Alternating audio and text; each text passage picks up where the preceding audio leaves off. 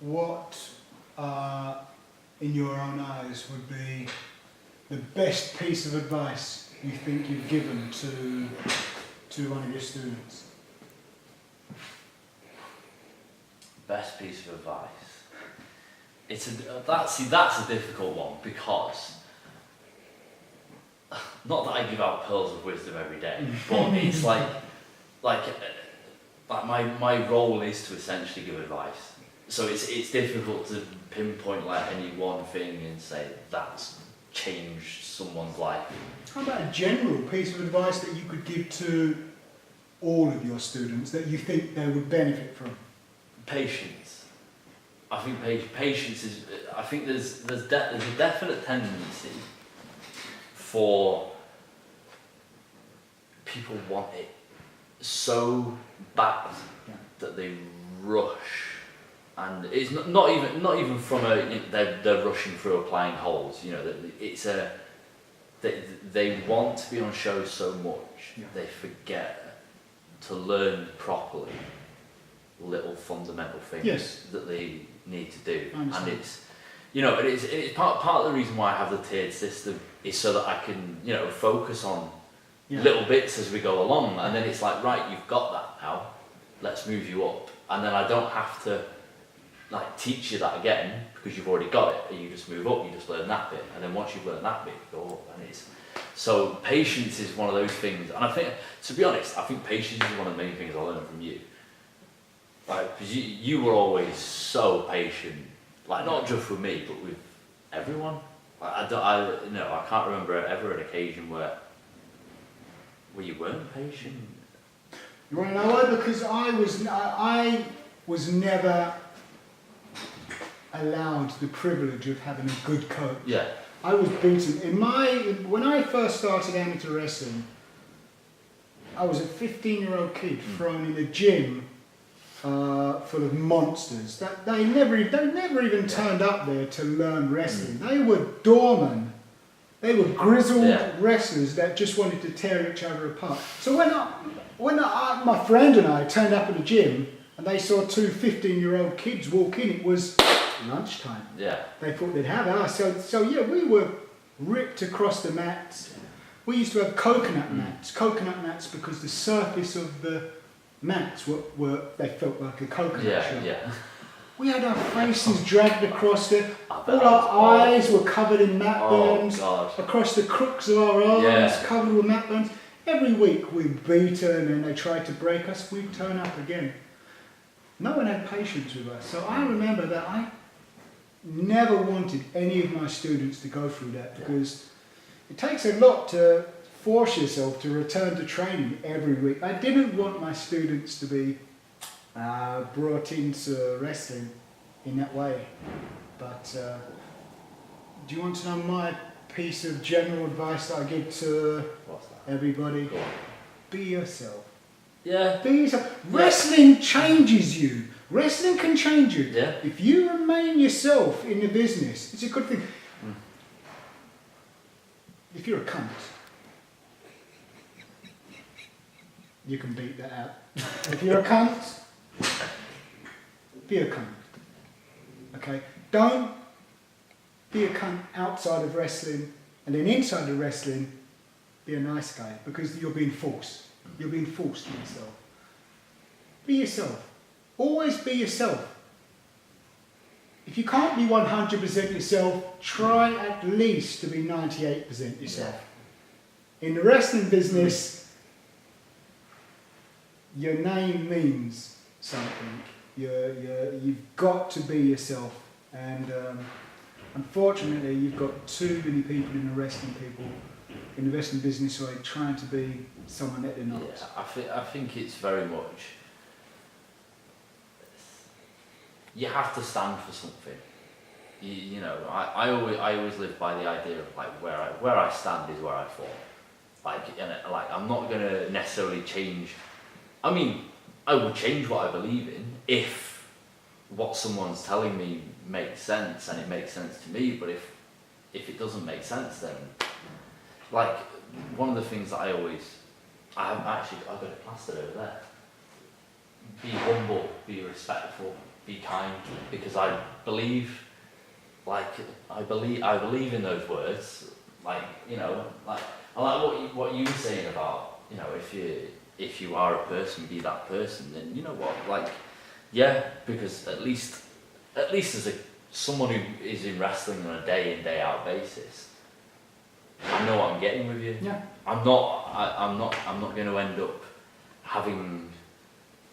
hearing stories of, oh, he's doing this now. It's like, oh, that doesn't sound right. Even if you're a nasty person, I'll change it. Even if you're a nasty person, be a nasty person. Yeah. Don't be a good person outside the ring, you know, nasty person. Be a nasty person. I would never understand why you would suddenly turn up to wrestling and decide, oh, I'm gonna be this guy now. It's like, no, be yourself. That's not, like, we want you to be the first you, not the second.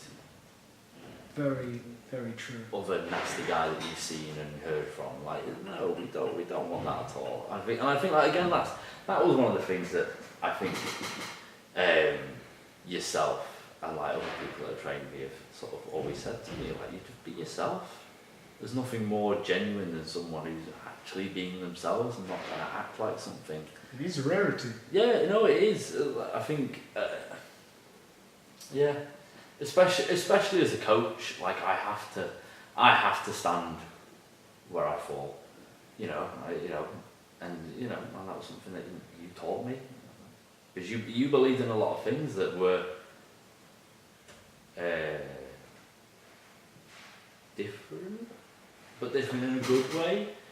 Like, you had a lot of viewpoints that were maybe counter to what was actually going on at the time, but you always stood by them, and I think that was one of the things that I really learned from you, was that you stood by what you believed in. Like, no matter how much sort of, you know, money might have come your way, or, you know, what opportunities might have come if you'd have changed your mind and stuff, you genuinely, you sometimes you fell where you stood. And I always respected you for that. You have your standing. I always believed in the saying, always stand on principle, even if you stand alone. And did I stand alone? Did I stand alone? And I suffered for it. I look back at my training school that I run, and which I had to unfortunately close down because I couldn't invest the necessary time into the school and the students. I see my students that I left in the school as unfinished works of art because I wasn't finished with them yet. But, you know, maybe that was the best thing for them, to go out into the business and learn themselves. The last thing I wanted was to create a factory machine just rolling off the same carbon copy. Carbon copy. Yeah. There's been a school in the past that did that, and that didn't work out very well for any of the students that trained there. Yeah, and like one of the things I try to do, I've always, whilst I've still got the tiered system, and it's like, you know, you've got to learn this before you can learn this. Like, I would never want someone to be just a version of me, because, you know, there's already a version of me. You know, the wrestling world doesn't need another me. You know, it needs someone new. Like, so I would, you know, and you know, producing 10 Xander Coopers isn't going to help anyone. No. But, you know, if I'm producing talent that are themselves, wrestlers that are just being themselves, but they're fundamentally sound, that's my goal. Yeah. That's what I love. You don't want to create generic copies of you, but at least the guys that come through your training school should have the same philosophy when it comes to application of professional wrestling and behaviours, how to conduct themselves. Yeah. Today I saw your guys, they conducted themselves very professionally, and again, that's it's a dying thing. Yeah. So it's good to see today. One of the things I really try to instill into my students is the idea of professionalism, not just from we're here to learn wrestling and it's serious, but as my goal, whether you're doing this as a hobby or whether you're actually wanting to do this for a living, you will all learn the same way, you'll all be taught the same thing, and when you graduate from here, if you go out into the big wide world of wrestling and you are able to make a living out of it, fine, wonderful. But likewise, if you're just happy doing the odd show, and that's fulfilling for you, I'm happy with that. So long as you're still taking it as seriously, like so long as you're still doing everything the right way. Everyone's got different aims and goals, what they want from wrestling. But as far as for me, you'll still learn the same way. There's no, he's only doing it for a hobby. We'll let him on. No, you get it right. You get it right just like he's going to get it right. And I think that's something that I'm proud that my students have. And when they do go out, it is one of the things that everyone relays to me is, they are so fundamentally sound. They are very professional. They do conduct themselves in a certain way, and it's good. I'm happy. I saw them today working as a team, especially through the warm-up, encouraging each other, motivating each other. That was good. Yeah. That was good, because that's what's needed. Yeah. That's what needed. If you start dropping in motivation, you need the guy next to you. Yeah. To be your backup, power pack, to give you that extra kick. Yeah. You can do it. Keep moving, keep moving. As I mentioned earlier, the warm-ups that I put my students through aren't a test of fitness, they're a test of heart. Absolutely. How much do you want to put in? Have you given up? Is that all you've got? Is that all you've got? Tell me that's all you've got, then we can quit. That's no problem. Are you done? Are you done? And that in itself is enough to make the student say, no, I've got more. And they'll find more. They will find more. There are times where I think, at the end of every session, I just want to tell them one of the stories of me spending 4 hours on a coach back to Manchester, but waiting at a Milton Keynes coach station at 1 a.m. for this coach after doing a show and travelling 8 hours to this show. No food because I was essentially penniless at that point, and my wage was covering my expenses essentially, and I feel like telling that story and going, you need to work harder than me. You need to work harder than what I did if you want to do what I've done. But then I also think I'm actually glad that to a degree my students won't necessarily have to do that because of not just the hard work I've put in, but you and other people that are on the scene as well. The scene itself is a lot healthier than it was. I mean, even 2 years ago, 5 years ago, 10 years ago. Certainly agree. I hope at least there aren't as many people that are having to make the sacrifices that a lot of us already did. So, I taught in a lot of different training schools. I was training the Metropolitan Police in freestyle wrestling when I was 17 years old. I was Andre Baker's head coach in Hammerlock when Hammerlock very first started. FWA Academy in Portsmouth. I trained there. I opened my own training school. Before you go on, did I ever tell you that I actually trained at Hammerlock? You didn't? It was one of the last ever camps that they did. It was a 3-day one, and they did. A weekend or a week long? I think it was meant to be a week long one. It's just St Mary's Bay, probably. It was the one in the Sitting Hall. Kent? It was Kent, I think. Yeah. And it was in the church. Oh no, then you was maybe in East Street in Sitting Hall, maybe. Maybe, yeah. I can't remember exactly, but it was one of the week-long ones, and it was meant to be a week long with a student show at the end. Okay. And it was meant to be Andre taking it but we never actually saw Andre throughout the week.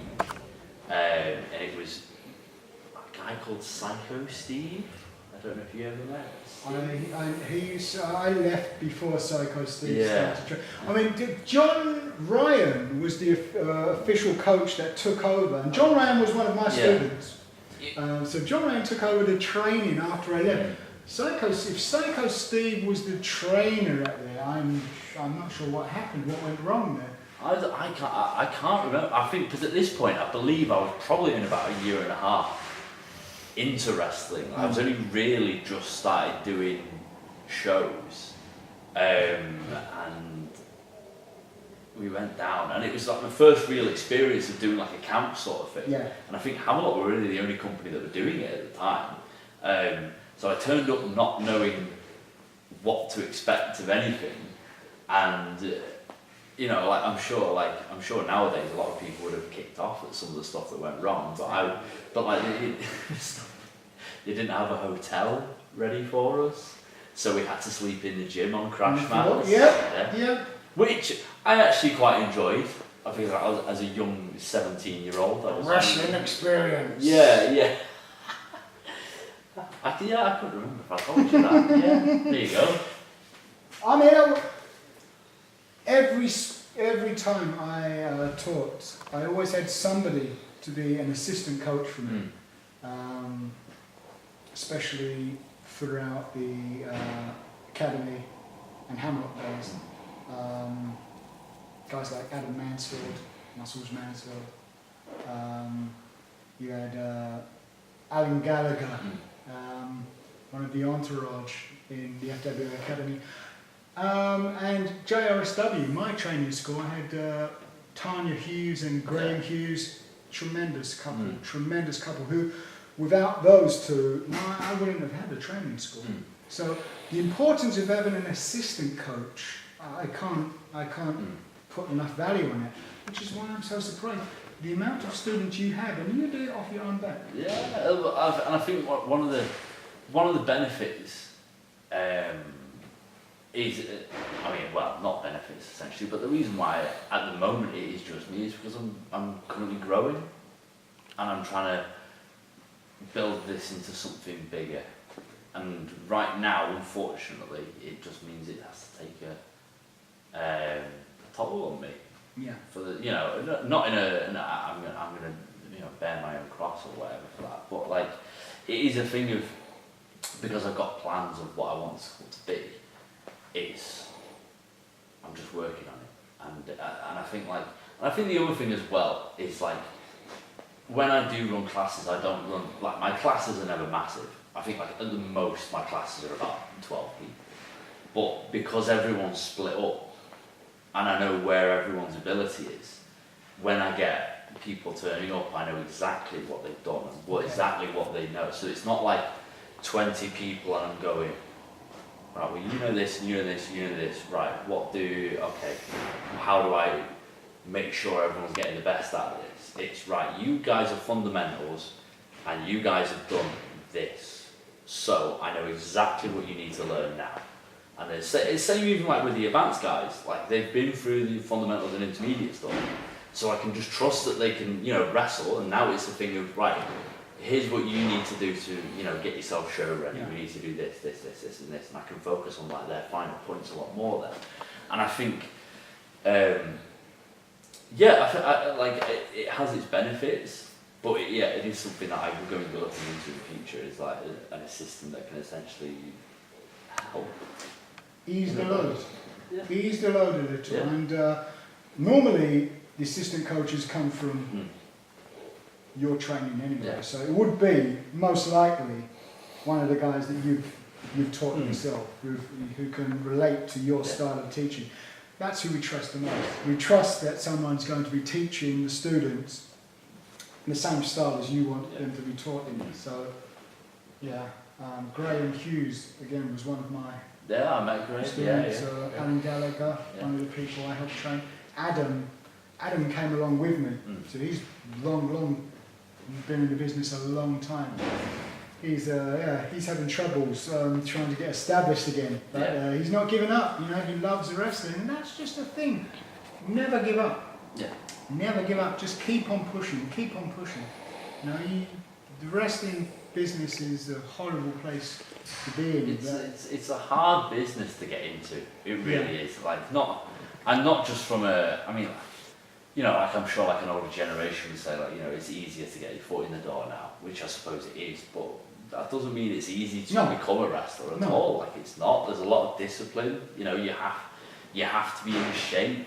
You have to have the right form. You have to have the right ideas in your head. All of which come from having the right coach. Yeah. And, you know, having a bad coach could be just as bad as not having. What's the phrase I'm looking for here? Having a bad coach could almost be just as bad as like not having a coach. There are a lot of schools existing at the moment like that. I imagine that the coach is in it for the money, and the fun and the giggles, and it is a social club. And I spoke to you earlier today. Wrestling training isn't a social club. You turn up, you work hard. Yeah. Okay. The benefits of working hard enable you to have fun once you're involved with the professional business. But first of all, put the effort in. Work hard. Work hard, and it is tough. It's tough to be accepted because wrestling can be cliquey.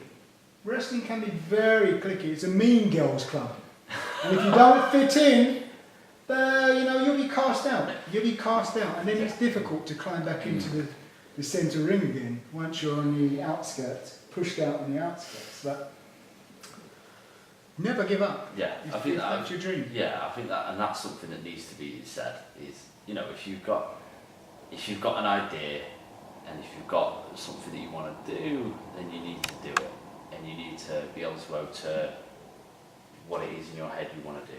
And even if it's not popular to start with, you know, like I'm sure like a lot of wrestlers, like I'm sure there were a lot of people in the Hamlet days that would get flack for doing things differently. Oh yeah. In your opinion, what were the benefits of the scholarship when you were teaching me? Like, what did you see in me where you thought, yeah, the scholarship's done him some good? Well, I saw the scholarship as such a good idea, such a good motivational tool to push students of future shock at the time to try their best in order to receive free training to make them better. And you came along, and Alex made a good choice with you. Alex made a good choice with you. You were hungry. You were hungry to learn. I think that was not. I don't think it was necessarily that no one else around me was hungry to learn. I feel like at the time, especially, I mean, like even now, like I was so dedicated to the idea of professional wrestling. I think like I can't even really remember a time where I didn't want to be a wrestler. Even before being a wrestler or finding wrestling even, I didn't want to be anything until I found wrestling, and I was like, that's what I want to be. Like, and I think I've always just been hungry for it. And you know, I was fortunate at the time that I had a lot of people around me that were also hungry for it and kept me hungry for it. And I suppose I mean, maybe I just worked harder than them, or maybe I just had more natural ability. I don't really know, but I think I was dedicated. I feel like I was maybe more dedicated than others. You were dedicated enough to stand out to Alex. Yeah. Alex's attention to, maybe not so much attention to detail, Alex's attention to the people that were around him at the time, training. He saw something special in you. He saw that you would use the opportunity of the scholarship to its maximum effectiveness. And you did that. You took the ball and you ran with it. And you used every single drop of knowledge that was given to you by myself and the stuff you learned backstage. Yeah. You used every single drop of that knowledge to its best advantage. So it was a successful plan to this scholarship system is going to benefit somebody very, very, very much. Yeah. It's such a unique opportunity for someone to really to really sink their teeth into the wrestling business and really cut their teeth, and not just learn it, but learn it the right way. Yeah. Like not as a like, oh, this is a free ride for that person. It's no, you're going to be like, if anything, you're going to be taught like even stricter because you've got that scholarship, because you've got the free training, because everyone's going to be looking at you and going, oh, why is he getting free training? And it's like, well, it's because he's dedicated, but you know, you have, like you've been saying, like they've got to stay dedicated, they've got to stay committed. That's a burden, you know. That's a burden. No, it was. I tell you, like it was one of the things that like I really felt when I had the scholarship, when I was going around to other schools and learning from different people, like you know, I'd always get introduced as, oh, this guy's the scholarship winner, and I was like, I could just see everyone looking at me and going, oh, this guy, this guy, and it's like, oh, right, okay.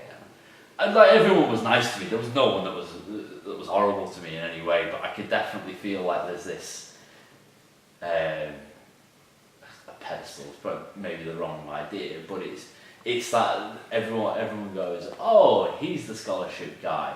Okay, let's see what he can do then. You know, in wrestling, I've come to the conclusion that like attracts like. I said it recently to somebody in the business, that like attracts like in professional wrestling. How do you think that you've avoided the darker side of professional wrestling? How have you avoided not becoming part of the bad side of professional wrestling? I think it's a difficult thing to say, but I think it's largely because of the example you set me, that others around me set me, and it was very much. It's very much the idea of doing things the right way. I think that's probably the best way of putting it. It's I think there's no one right way of doing things in wrestling, but there's definitely a wrong way of doing it. And I feel like whilst I wasn't necessarily shown the wrong way, it was always sort of evident what the wrong way was. Yes. And I think it was, you know, and because I had someone like yourself, and other people that were around me when I had the scholarship, like it was, you know, steering me in the right direction and not essentially teaching me the right things. And I think that's something that I try to pass on to my students, and something that will definitely be instilled in the next scholarship awardee. There is doing things the right way. To pass it on, it was passed on to you, you're passing it on to your students, they're going to go on to pass it on to maybe their students in the future. Exactly. So you're leaving a legacy, you're creating a legacy in wrestling. If you've taught them well enough, you're saving the future of British wrestling.